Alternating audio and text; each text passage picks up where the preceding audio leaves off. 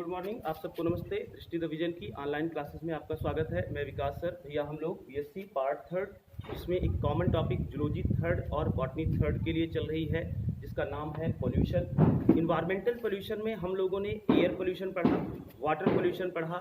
फिर हमने कहा था आपसे कि दो चीज़ें यहाँ पर आपको और मिलेंगी जो कि शॉर्ट में आती हैं, एक सॉइल पोल्यूशन और एक noise pollution.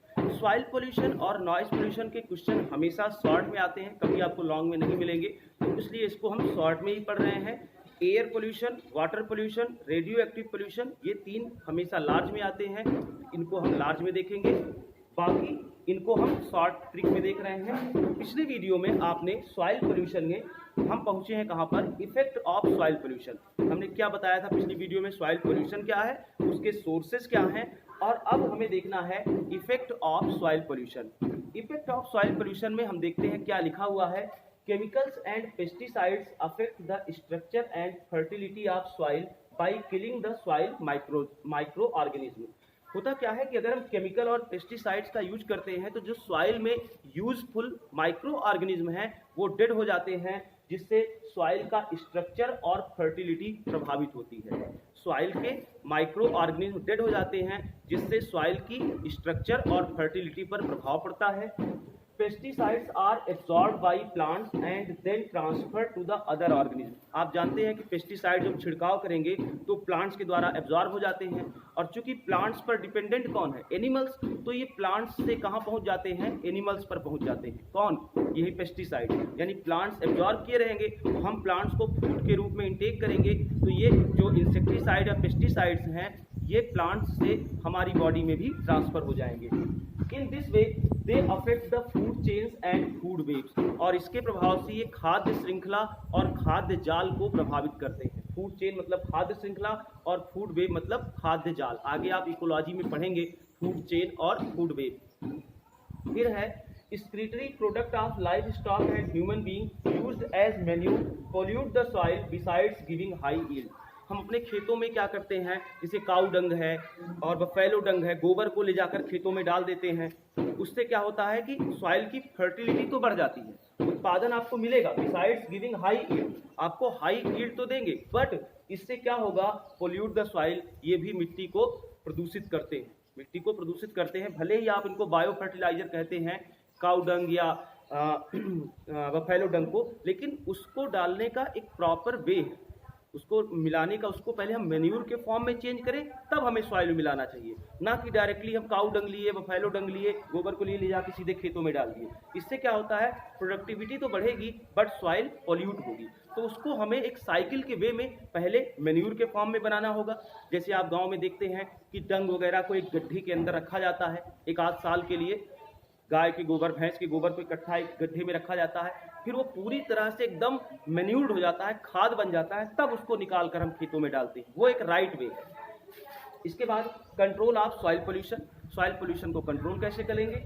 Transfer stations for bulk shifting of refuse should be constructed in cities and big towns. जहाँ पर आप देखते हैं कि हर जगह पर एक कूड़े का ढेर, जहाँ पर एक डंपिंग यार्ड होता है, वो कहीं भी आपके आसपास या गांव में भी कहीं होता है कि कहीं भी कूड़ा फेंक देते हैं, तो वो जो कूड़ा करकट है, जो घर से निकला हुआ प्लास्टिक है, पॉलीथीन है, इनके लिए हमें क्या करना है कि ट्रांसफ़र स्टेशन, इनको लिए हमें ट्रांसफ़र स्टेशन बनाना होगा कि जहाँ भी ये कूड़े घरेलू कचड़े हों, इनको हम इकट्ठा करें और एक निश्चित जगह पर ले जाकर डंपिंग यार्ड में डालें, ताकि और जगह की सॉइल पोल्यूटेड ना हो पाए। Pneumatic pipe should be laid for collecting and disposing waste, यानी कि जो डिस्पोजिंग वेस्ट होते हैं, इनको घरेलू कचरा जो है, इनको सबको कलेक्ट करने के लिए न्यूमेटिक पाइप्स होनी चाहिए, या फैक्ट्रियों से जो कचरा निकल रहा है उनके लिए एक विशेष पाइप बनी होनी चाहिए, जिससे कि उनको एक जगह पर इकट्ठा किया जा सके और फिर उनको हम कहीं दूसरी जगह पर ट्रांसफ़र कर सकें।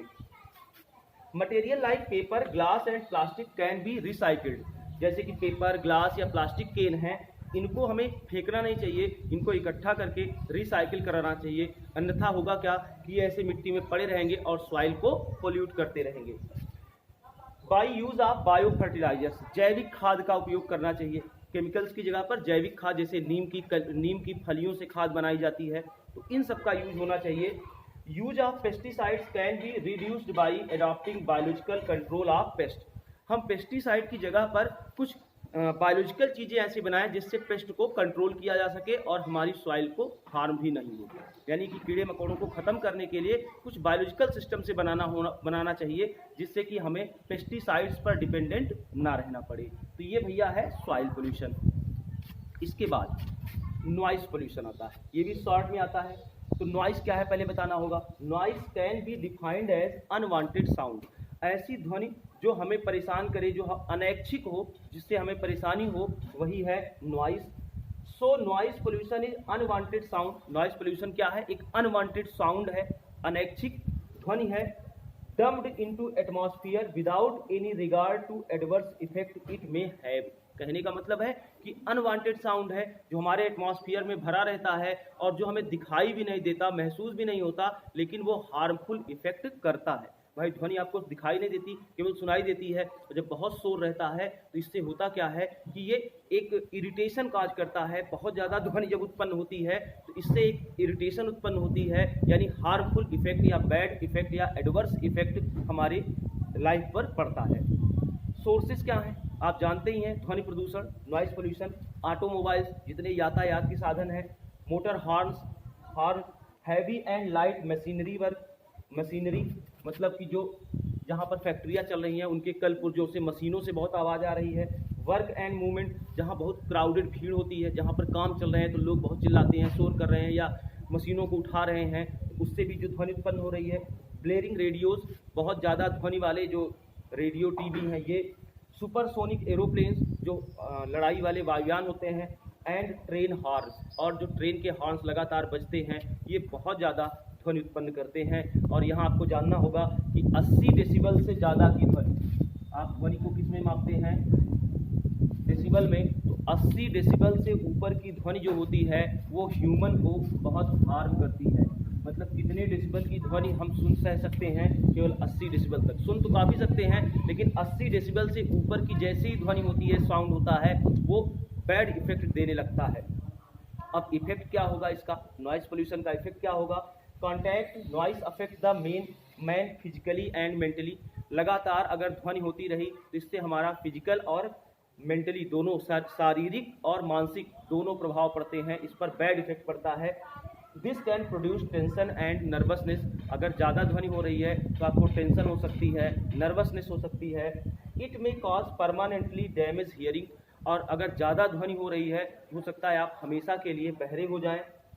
Loud and sudden noise affect the brain. अचानक में और तेज ध्वनि होती है तो ये हमारे ब्रेन को अफेक्ट करती है। हाई साउंड में also damage the historical building. आप जानते हैं हमारी पुरानी इमारतें हैं, बहुत पुरानी बनी हुई, लेकिन उस आसपास एरिया में जब बहुत ज़्यादा ध्वनि या कंपन होता है तो हमारी हिस्टोरिकल बिल्डिंग हिलने लगती है। आप आसपास ही देखिए, जब बहुत ज़्यादा डीजे का शोर होता है तो आपको लगता है आपकी दीवारें में कंपन हो रहा है, दीवारों में कंपन हो रहा है, आपके घर में रखी हुई वस्तु हिलने लगती है जब बहुत ज़्यादा डीजे का शोर होता है। तो अगर ऐसी ध्वनि बहुत ज़्यादा होती है तो हमारी हिस्टोरिकल बिल्डिंग, बहुत पुरानी बिल्डिंग्स हैं, उनके गिरने का भी खतरा रहता है। Some botanists also prove that noise pollution cause adverse effect on plants. कुछ बॉटनिस्ट का ये भी कहना है, उन्होंने प्रूव किया है कि बहुत ज़्यादा जो साउंड होता है, बहुत ज़्यादा जो ध्वनि होती है, इससे प्लांट्स पर भी एडवर्स इफेक्ट पड़ता है, हार्मफुल इफेक्ट पड़ता है। तो ये भैया नॉइस पोल्यूशन का इफेक्ट है। कंट्रोल, इसको हम चलिए लिख देंगे अगली वीडियो में। वैसे भी आप कंट्रोल, इन्हीं चीज़ों पर आप जो सोर्सेज हैं इन्हीं पे कंट्रोल कर दीजिए तो नॉइस पोल्यूशन कंट्रोल हो सकता है। बहुत समस्या नहीं है। बस इसके बाद हम लोग रेडियो एक्टिव पोल्यूशन पढ़ेंगे और थर्मल पोल्यूशन, आपका पोल्यूशन टॉपिक कंप्लीट हो जाएगा। इसके बाद टॉक्सिसिटी, बॉटनी और जूलॉजी दोनों में है, उसको कंप्लीट करते हैं। इकोलॉजी है, बॉटनी और जूलॉजी दोनों में है, उसको कंप्लीट करते हैं। समझ लीजिए आपका बॉटनी थर्ड भी एक प्रकार से लगभग आधा हो जाएगा, आधे ज़्यादा खत्म हो जाएगा, और जूलॉजी थर्ड भी आधे ज़्यादा खत्म हो जाएगा। उधर जूलॉजी वालों का फर्स्ट पेपर लगभग कंप्लीट होने ही वाला है, सेरिकल्चर चल ही रहा है, तो आप पढ़ते रहिए। अगर फिर कोई प्रॉब्लम है तो आप मुझे सूचित करिए। मिलते हैं भैया नेक्स्ट वीडियो में। वैसे मेरे हिसाब से आपको बहुत समस्या नहीं आई होगी, क्योंकि थोड़ा सा हम फ्लो में चलते हैं भैया। टाइम ड्यूरेशन देखना रहता है कि ज़्यादा मिनट का वीडियो हो जाएगा तो सेंड नहीं होगा। फिर भी आप वीडियो को 2-3 बार देख लिया करिए और बाकी नोट डाउन करिए। वैसे भी आप थर्ड ईयर में हैं, आपको बहुत ज़्यादा बताने की ज़रूरत नहीं पड़ती है, आपको समझ में आता जाता है। तेज चलने का केवल एक कारण है, जल्दी जल्दी भैया, कि टाइम ड्यूरेशन रहता है कि 12 मिनट, 10 मिनट, ज़्यादा 15 मिनट का वीडियो हो जाएगा तो सेंड ही नहीं होता है। इसलिए थोड़ा सा हम फास्ट चलते हैं। बाकी अगर कोई समस्या हो तो आप बताइएगा। थैंक यू भैया, मिलते हैं नेक्स्ट वीडियो में।